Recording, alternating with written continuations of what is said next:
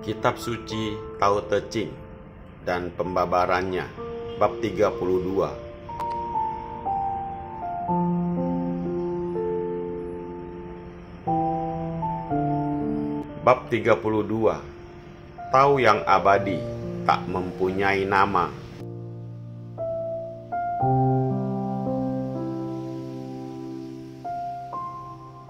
Satu. Tao yang abadi, tak mempunyai nama. 2. Sifat yang sewajarnya, walaupun kecil dan nampak tak berarti, namun tak ada yang dapat memerintahnya. 3. Apabila raja-raja dapat mempergunakannya, segala benda atau makhluk dengan sendirinya akan takluk padanya.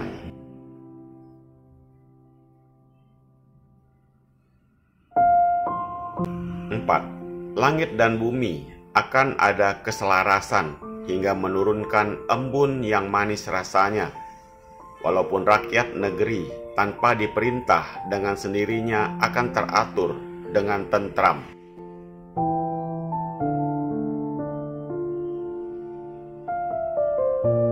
5. Kemudian setelah berganti-ganti dari satu ke lain dinasti, maka peraturan-peraturan makin lama makin bertambah, hingga timbul bermacam-macam nama.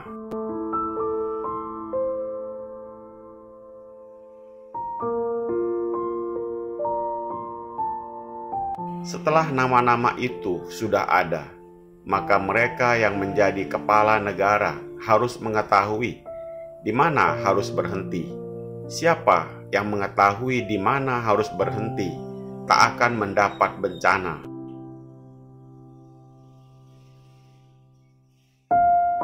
6. Tao yang berada di dunia ini bagaikan aliran sungai-sungai yang semuanya menuju ke laut.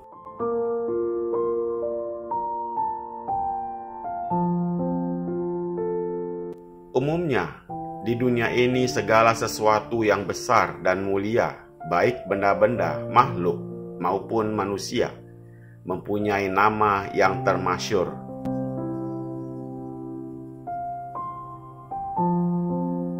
Misalnya, Presiden Dwight Eisenhower dari Amerika Serikat, Perdana Menteri Nikita Khrushchev dari Uni Soviet, Mao Zedong dari Republik Rakyat Cina, dan lain-lainnya.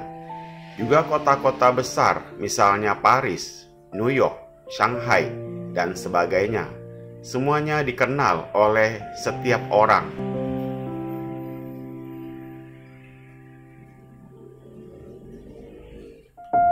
Jadi semua yang terbesar di dunia ini mempunyai nama yang terkenal. Hanya Tao saja yang menurut Lao Tzu, walaupun sifatnya maha besar, luasnya tak terbatas, dan kekuasaannya meliputi seluruh alam, namun tak mempunyai nama.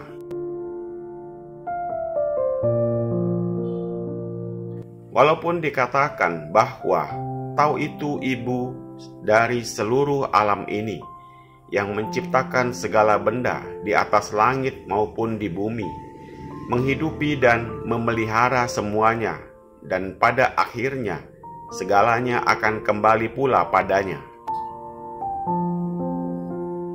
Namun manusia tak mengenalnya, tak mengetahui kebesarannya, dan tak mengetahui kemuliaannya.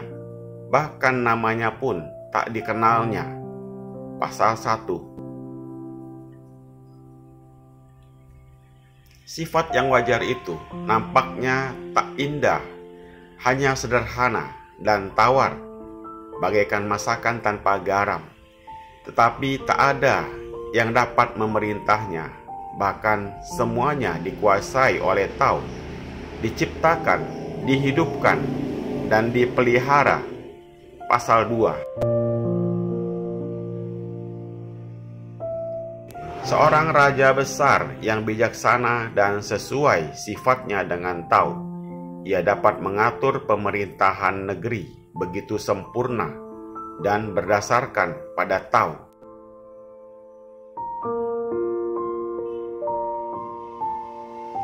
sehingga rakyat negeri akan merasakan betapa besar manfaatnya. Rakyat hidup damai dan bahagia, negeri makmur dan sejahtera.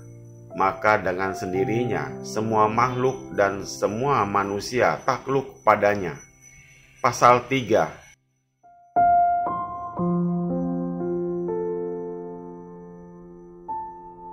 Negeri yang begitu makmur dan sejahtera, rakyat hidup damai dan bahagia, bagaikan ada keselarasan, itu seolah-olah menerima embun yang manis rasanya.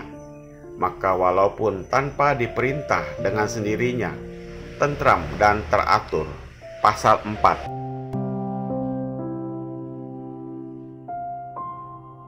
Setelah semakin lama menjadi semakin maju, maka timbullah rupa-rupa undang-undang, peraturan-peraturan, alat-alat, dan sebagainya dengan macam-macam nama tertentu.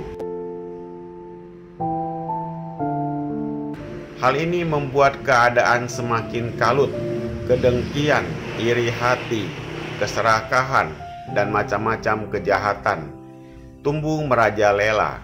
Maka untuk mengatasi kekalutan ini, sang raja harus mengetahui di mana harus berhenti, berarti menuju ke arah sempurna.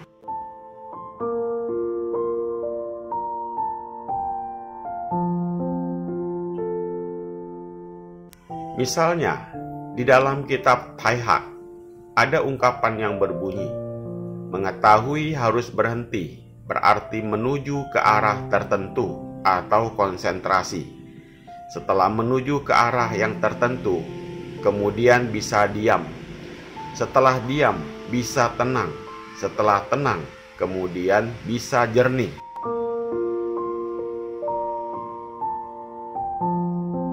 Setelah jernih, tercapailah tujuan yang sempurna. Maka raja yang telah sempurna itu dapat menghindarkan segala bencana. Pasal 5. Ibarat aliran air sungai yang menuju ke arah laut, demikian pun Tao senantiasa mencurahkan gaya hidupnya untuk menghidupi segala makhluk di alam dunia ini dengan tanpa ada batasnya.